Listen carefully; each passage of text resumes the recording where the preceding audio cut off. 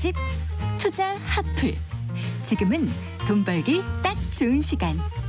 KBS 1라디오 경제쇼.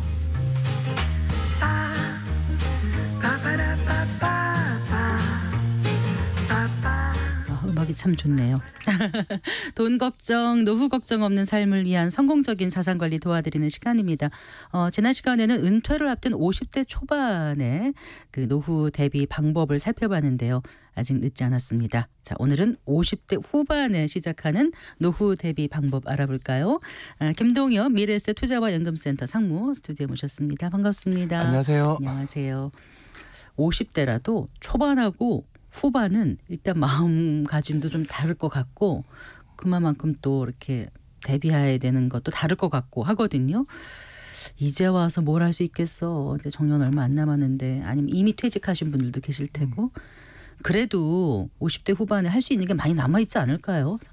일단 점검해야 될 게 있는데 혹시 이런 말 들어보셨는지 모르겠어요. 월급은 끝났다. 연금은 멀었다. 그래서 화가 난다. 화나요. 이게 무슨 이야기 하는 거냐면 네. 퇴직 이후에 소득 공백 때문에 걱정하시는 분들 되게 많거든요. 맞죠. 진짜 절벽처럼 느껴진다고 이야기를 캄캄하다고들 많이 하시더라고요. 하거든요. 그래서 50대 후반에 접어들면 제일 먼저 해야 될 일이 뭐냐면 소득 공백의 가능성하고 그 기간이 얼마나 될지 한번 점검을 해보셔야 됩니다.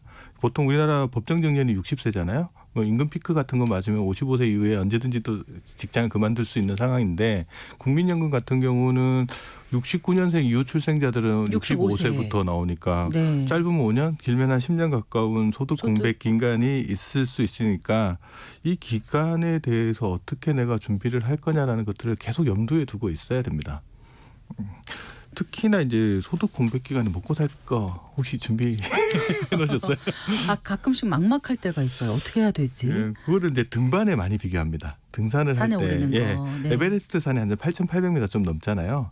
여기서 사망 사고 일어나는 건을 하버드 의대에서 한번 분석해 본 적이 있거든요. 그럼 대부분이 8,000m 이상 고지에서 사망 사고가 발생을 하는데 네. 희한하게도 올라갈 때 사망하는 확률보다는 내려올 때 사망하는 확률이 훨씬 높답니다. 그렇대요? 한 80% 정도가 하산할 때 사고가 난대요. 정상을 찍고. 네. 근데 이제 자산 관리도 또 놓고 보면 우리가 퇴직하는 시점에 우리 자산의 정점에 이르는 경우가 많잖아요. 퇴직 직전쯤에. 그때까지 네. 모으다가 그 이후부터는 빼서 쓰는데 그때 소득이 갑자기 딱 단절돼 버리고 나면 이걸 어떻게 빼서 될지 모르고 우왕좌왕 하다가 그 시기에 사고 나는 경우들이 상당히 많거든요. 그래서 네. 여기에 대한 대비들을 월급의 빈자리를 뭘로 채울 건지 연금 나올 때까지 거기에 대해서 좀 잘 생각해보고 할 필요가 있을 것 같습니다. 네, 그래요. 등반에 비유하셨으니까 진짜 소득 크레바스가 생기는 거잖아요. 네. 근데 보통은 이제 퇴직하고 나서 이제 재취업을 이제 생각을 하지만 이게 또 생각만큼 쉽지가 않잖아요. 그리고 보통 이제 재취업 전문가들이 어떤 이야기 하냐면 하자마자 준비한다고 하더라도 짧으면 한 6개월 정도는 걸린답니다. 뭐 지원서 쓰고 자기한테 맞는 데 찾고 길면 한 1년 정도 걸릴 경우도 있어서 그런 부분을 첫 번째 기간이 걸린다는 걸 염두에 둬야 되고요. 두 번째는 네. 보수가 직장 퇴직하기 직전 보수를 자기가 생각하는 경우가 많은데 실질은 그렇지 않고요. 많게는 3분의 1 수준까지 떨어지는 경우까지 감안을 하셔야 된다고 하거든요. 그러면 이제 이거 후배 받아가지고 내가 되나 싶어서 이제 자꾸 미루다 보면 기간은 길어질 수밖에 없고요. 그런 부분들 고려해야 되고 그다음에 재취업을 하더라도 자기보다 어린 상사 동료들하고 또 같이 지내야 되니까 그 부분이 또 그것도 굉장히 힘들다고 그러더라고요. 스트레스가 되기 때문에 네. 기껏 취업을 해놓고 또 금방 간두는 경우들도 많아서 그럼 또 소득 공백이 또 생기잖아요. 그런 부분들을 이제 종합적으로 고려해서 재취업이 나한테 충분한 대안이 될 수 있는지 그리고 재취업을 하더라도 소득은 얼마나 줄어드는지 이런 부분들도 좀 염두에 두고 이제 준비를 해야 될 필요가 있습니다. 자, 그럼 소득 공백 기간에 어떻게 버텨야 될지 알려주세요. 이제 내가 사용할 수 있는 재원이 뭔지를 봐야 되는데 직장인이 퇴직하면서 가지고 있는 재원 중에 제일 큰 게 뭐냐 그러면 퇴직금. 퇴직금을 일시에 받으면 퇴직소득세라는 걸 떼고 나오는데 이거를 연금 형태로 수령하게 되면 퇴직소득세를 한 30% 정도 감면해 주거든요. 그래서 네. 퇴직금을 연금 형태로 수령하는 방법을 제1대안으로 두는 게 좋습니다. 그래서 55세 이후에 언제든지 연금으로 수령할 수 있으니까 그러니까 그리고 세금까지 감면해 준다 그러니까 그걸 이제 첫 번째 대안으로 두실 필요가 있고요. 두 번째는 이제 연말정산할 때 우리가 세액공제 받으려고 가입했던 금융상품 있잖아요. 네네. 연금저축이나 IRP라는 예. 상품이 있는데 이 상품도 55세 이후에 연금으로 수령할 수 있으니까 네. 이게 만약에 있다 그러면 이것도 나의 대안이 되겠구나라고 해서 두 번째 대안으로 보실 필요가 있고요. 세 번째는 퇴직금은 중간정산에서 다 써버렸고 그다음에 연금저축이나 IRP는 적립조차도 하지 않았다. 그럼 대안이 없잖아요. 이런 경우에는 자기가 노후에 받을 수 있는 연금을 당겨서 받는 방법이 있습니다. 그게 네. 이제 조기 노령연금이라고 하는데 최장 5년 정도 당겨 받을 수 있는데 대신 연금 수급 시기를 당기면 연금액이 1년 당길 때마다 6%씩 줄어들어요. 네네. 그래서 좀 손해를 보기는 하지만 다른 대안이 없다 그러면 이것도 한번 고려를 해볼 나쁘지 않은 방법인 것 같기도 해요. 그래서 다른 미래에 계속 연금이 물가 상승분만큼 오르지만 또 화폐 가치도 떨어지는 거니까 어떻게 보면 지금 필요할 때 좀 당겨받는 것도 가능한 방법 아닐까 싶기도 하고 맞습니다. 내가 얼마나 살지도 사실을 보장받는 건 아니지 않습니까? 또 한번 고민해봐야 될 게 당겨받는 분은 다 일찍 죽을까 봐 고민하시고요. 실제 살다 보면 더 오래 살아서 걱정하시는 분도 많으셔서 수명은 좀 단언하기는 어려운 것 같아요. 네. 그다음에 이제 마지막으로 이제 자기가 살고 있는 집을 담보로 연금을 받는 방법도 있는데 주택연금은 부부 중에 한 사람이라도 55세가 넘어가면 연금을 개시를 할 수 있으니까 그것 네, 하나의 대안은 네. 될 수 있다. 단 연금이지만 실질은 대출이기 때문에 일찍 받으면 대출 이자 부담은 커진다는 거죠. 사실은 좀 명심을 하고 그래서 제가 쓸 수 있는 무기가 어떤 게 있는지 알아야 됩니다. 예를 들어 퇴직금을 쓸 건지 연금을 깰 건지 연금을 받을 건지 조기노령연금을 할 건지 주택연금을 할 건지 나한테 쓸 수 있는 무기가 뭐고 그거의 장단점을 분명히 알아야 나한테 적합한 걸 꺼내 쓸 수 있잖아요. 네. 그래서 그런 대비를 할 필요가 있을 것 같습니다. 네. 그리고 이제 지출은 좀 줄이면 어느 정도 줄여지는 부분이 있긴 하더라고요. 그런데 꼬박꼬박 빠져나가는 보험료 같은 건 어떻게 해야 되죠? 일단 이 부분을 좀 고민을 해봐야 되는데 그러니까 은퇴를 하고 나면 자산하고 소득은 계속 줄어들잖아요. 그런데 나이가 들수록 질병과 사고가 발생할 확률은 높아지죠. 갈수록 높아지면 그 갭이 갈수록 커질 수밖에 없고 그 갭을 메워주는 게 금방 말씀하셨던 보장성 보험인데 말씀하셨듯이 여유가 안 되다 보니까 보험료를 자칫 잘못 안 내게 되면 보장성 보험 같은 경우는 2달치 보험료를 안 되면 보험료 실효가 돼버리거든요. 네. 그러면 보상을 못 받잖아요. 그래서 보험료를 어떻게 내는가도 중요하고요. 소득이 없는 기간 동안. 그다음에 내가 받을 수 있는 보험금은 어떤 게 있는지 확인해 보는 작업이 되게 필요합니다. 네. 그래서 내가 가지고 있는 보험을 좀 점검을 해봐야 되는데 대다수의 사람들이 잘 몰라요. 보험을 스스로 가입한 게 아니고 누가 권유를 해서 하나 들어줬다라는 표현을 훨씬 더 많이 씁니다. 그리고 또 요즘 인터넷 베이스로 이제 가입하는 분들도 많아서 내가 이게 이제 어느 정도 자동이체로 잘 빠져나가는지 아닌지 확인해주지 않으니까 잘 모르더라고요. 오히려. 그렇죠. 그것도 문제고 그다음에 네. 보험료를 내기만 해야지 보험금을 언제 받는지 모르시는 분도 꽤 많으세요. 보험료 내려고 보험에 가입했는지 보험금을 받는 게 목적이잖아요. 네, 그래서 네. 어떤 상황에서 내가 보험금을 받는지 좀 챙겨봐야 되는데 그것도 잘 미숙하신 분들이 많으시더라고요. 네. 그러면 내가 어떤 보험에 어떻게 가입했는지를 좀 한눈에 볼 수 있는 건 없을까요? 금융감독원에서 운영한 사이트 중에 파인이라는 사이트가 있거든요. 네. 거기 들어가서 보시면 내 보험 찾아줌, 내 보험 다 보여라는 코너가 있어요. 아 그래요. 그 클릭하고 들어가면 보장 내역이나 이런 것도 있지만 내가 가입한 보험 리스트를 다 볼 수 있어요. 한눈에. 예, 그럼 내가 가입한 보험 리스트를 전부 점검을 해본 다음에 해당 보험을 내가 어떤 가입했는지 확인됐잖아요. 그러면 집에 보험 증권이 있는지 한번 보셔야 돼요. 네. 대부분 있는 줄 아는데 너무 잘 두셔가지고 못 찾으시는 분들이 많으시거든요. 네네. 그래서 만약에 없다 그러면 보험회사에 전화해서 증권을 하나들 다시 재발급 받으셔가지고 네. 보시면 거기 내가 어떤 보험에 가입하고 있고 보험 기간은 언제고 보험료는 언제까지 내야 되고 그다음에 어떤 상황에서 보험을 받을 수 있는지 그런 내용들이 꼼꼼하게 다 나오거든요. 그래서 그런 부분들을 확인하기 위해서 이제 파인 사이트를 한번 이용하셔서 내 보험 점검하는 것부터 좀 시작해 볼 필요가 있을 것 근데 같습니다. 다 이제 확인을 했는데 예. 아직까지 몇 년씩 더 내야 된다 이런 거 있잖아요. 예. 그럴 경우 이제 이게 좀 압박이 되는 경우는 어떻게 해야 되죠? 일단 뭐 내일 여력이 되더라도 아까 말씀하셨듯이 깜빡깜빡 잊어버리시고 안 내는 경우도 있고 제일 큰 문제는 보험료 자동 이체되는 통장에서 신용카드가 자동 이체 같이 되는 경우가 있어요. 네. 신용카드 빠져나가다가 보험료가 안 빠져나가면 이체가 안 돈이 돼서 1원이라도 부족하면 부족하면? 이체가 안 되거든요. 네네. 그러다가 2달치가 이체가 안 되면 보험이 실효가 돼버립니다. 그런데 갑자기 무슨 일이 생겨서 보험금을 신청을 해보니까 당신은 치료돼서 지급해 줄 수 네. 없다. 꼭 그럴 때 거예요? 아파요.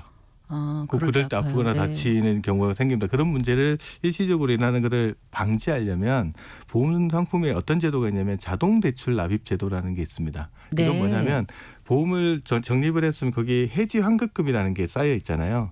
그 환급금 범위 내에서 보험료를 안 내면 자동으로 대출을 받아서 보험료를 내주는 제도입니다. 스스로 대출을 받아가지고 자동으로 해주는 이자까지 제도입니다. 계산해주면서. 네. 다시 이제 조심하셔야 될 거는 어지간히 이것도 대출이잖아요. 네. 이자가 발생한다는 것도 알아야 되고요. 이 대출 금액이 커지면 해지 환급금 범위를 초과해 버릴 수도 있잖아요. 그러면 중단돼 버리거든요. 네. 그래서 이거는 일시 방편으로 내가 깜빡깜빡했을 때 대비하기 위해서 설치해 주는 거. 그래서 혹시나 잘못해서 보험금 못 받으면 안 되니까 이런 것도 하나의 장치가 있다라는 건 알고 계시면 좋을 것 같습니다. 네. 그리고 그래도 이제 어쨌든 그거는 이제 제때 빠져나가느냐의 관리의 문제고 지금 보험료가 부담된단 말이에요. 이걸 좀 줄일 수 있는 방법 좀 알려주세요. 몇 가지가 있는데 첫 번째가 이제 보험료 감액 제도라는 게 있습니다. 네. 이거는 뭐냐면 보험료 내는 금액도 줄이고요. 보장 금액도 같이 줄이는 겁니다. 그럼 내가 보험료 범위를 줄이는 거, 보장도 줄어드는 거, 이건 감내하셔야 되는 거잖아요. 다만 이제 보장은 줄이기 싫어 이러시는 분도 있을 거고 보험료를만 안 내고 싶어 이러시는 분들도 있을 거거든요. 그럴 때 이제 활용할 수 있는 게 뭐냐면 감액 완납이라는 제도가 있습니다. 네. 감액 완납은 뭐냐 그러면 이때 감액은 보험금을 줄인다는 소리예요. 내가 수령할 보험금. 종신보험금 2억 들었는데 1억으로 줄이고 네. 대신 보험료는 더 이상 안 내는 거예요. 완납이다. 완납한다. 네. 그래서 감액 완납. 대신 나 보험금 줄이기 싫어 이러신 분도 있을 거 아니에요. 그럼 내야죠. 그러면 보험금은 2억 원 그대로 두고 보장 기간을 줄이는 방법이 있어요. 그걸 네. 이제 연장 정기보험이라고 하는데 그래서 기간을 줄이는데 연장이라고 표현을 하나요? 정기보험을 연장한다라는 형태로 쓰는 겁니다. 그래서 네. 내가 보험료 감액 제도를 쓸 건지 감액 완납을 쓸 건지 연장 정기보험을 할 건지 이것 중에 나한테 맞는 방법이 있을 거 아니에요. 그거를 이제 혹시나 내가 보험료 낼 여력이 안 된다 그러면 보험회사에 가서 한번 상담을 해보실 필요가 있습니다. 무작정 안 내면 아예 보장을 못 받으니까 네. 나한테 맞는 방법을 찾아보는 게 되게 중요한 것 같습니다. 네. 근데 급히 돈이 모자라서 잠깐 못 내는데 감액하기도 싫고 보험 기간 그대로 다 수령하고 싶다 그러면은 그 보험금을 담보로 대출받는 방법도 있죠. 그것도 있고 아까 자동 대출 납입 제도 네. 같은 거 활용하는 방법도 예. 있습니다. 그리고요. 이제 그 당장 퇴직인데 이렇게 뭐 주택담보대출이라든가 신용대출 남아있는 분들 이런 분들은 어떻게 해야 되죠? 제일 큰 게 뭐 누가 대출 대신 갚아주지는 않잖아요. 스스로 그러면요. 대안을 네. 찾아야 되는데 일단 퇴직을 하셨다고 그러면 제일 먼저는 다운사이징에 대한 고민을 해봐야 됩니다. 집 주택 크기를 다운사이징. 줄인다. 내가 지금 살고 있는데 계속 살아야 되나? 아니면 위치를 바꿀 수도 있고요. 크기를 줄일 수도 있고. 그 다운사이징을 통해서 잉여자금 생긴 거로 이제 담보대출을 상환하는 것들을 심각하게 한번 고려를 해보시고 그렇게 해서 대출 범위를 줄여놔야 전체적으로 삶을 살아갈 수 있으니까 그런 것들 고민들을 하는 게 되게 필요합니다. 그래도 난 이 집에 계속 살아야 된다. 그런 상황일 수도 있잖아요. 그럴 그렇죠. 경우는 어떻게 해야 되죠? 그런 경우에는 이제 주택연금을 앞서 설명드린 제도 중에 주택연금을 활용하는 방법이 있는데 주택연금을 활용하면서 연금 지급 방식을 혼합 방식을 선택하는 경우가 있어요. 그건 뭐예요? 연금액 중에서 한 절반 정도는 일시금으로 수령할 수 있게끔 해놓는 거예요. 네. 그 돈 가지고 대출을 상환하고 나머지는 연금을 좀 적게 받았더라도 연금을 받는 방법이 있고요. 이것만 가지고도 다 못하겠다라고 하면 혼합 방식만 가지고도 안 되시는 분은 대출 상환 방식 주택연금이라는 게 있어요. 네. 이거는 연금 받을 수 있는 금액의 한 90%를 선인출해서 대출을 갚아버리고 10% 정도만 연금으로 수령하는 겁니다. 네. 그런 방식을 통해서 대출 이자 부담을 좀 줄이는 방법이 있을 것 같습니다. 주택연금도 그런 방법들이 있군요. 네.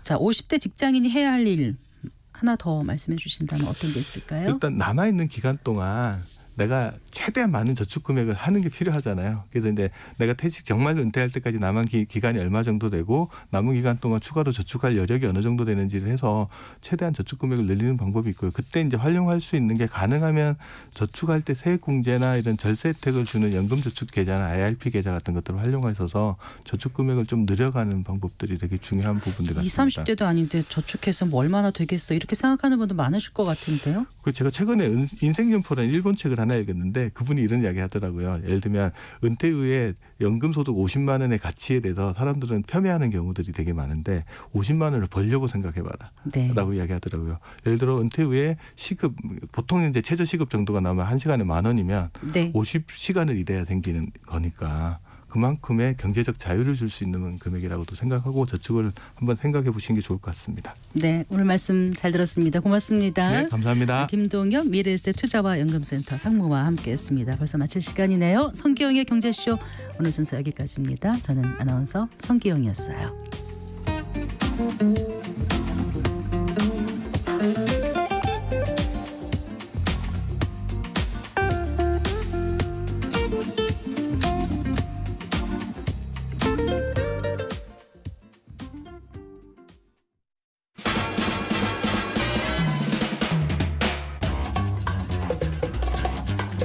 Okay, 3, 2, 1, let's jam. KBS 1라디오 시사본부의 배종찬입니다. KBS와 남다른 인연이 새록새록 생각이 나는데요. KBS 라디오를 들으면서 접했던 많은 소식들이 저를 살찌게 해주었고 어느덧 정말 살이 쪄버렸네요. 근데 이게 1분 가지고는 하고 싶은 이야기를 다 못하겠는데요. KBS 1라디오를 통해서 여러분들에게 재밌는 방송, 하지만 무게 있는 방송, 균형 잡힌 시사를 통해서 여러분들의 유익한 점심시간을, 만족스러운 점심시간을 약속드리겠습니다. 한 3시간은 줘야 할 텐데 지금 시간이 없네. 자, 여하튼 여러분들, 여러분들의 점심시간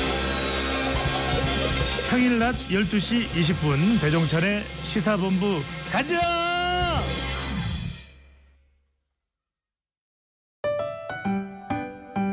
2023 KBS 1라디오 연중기획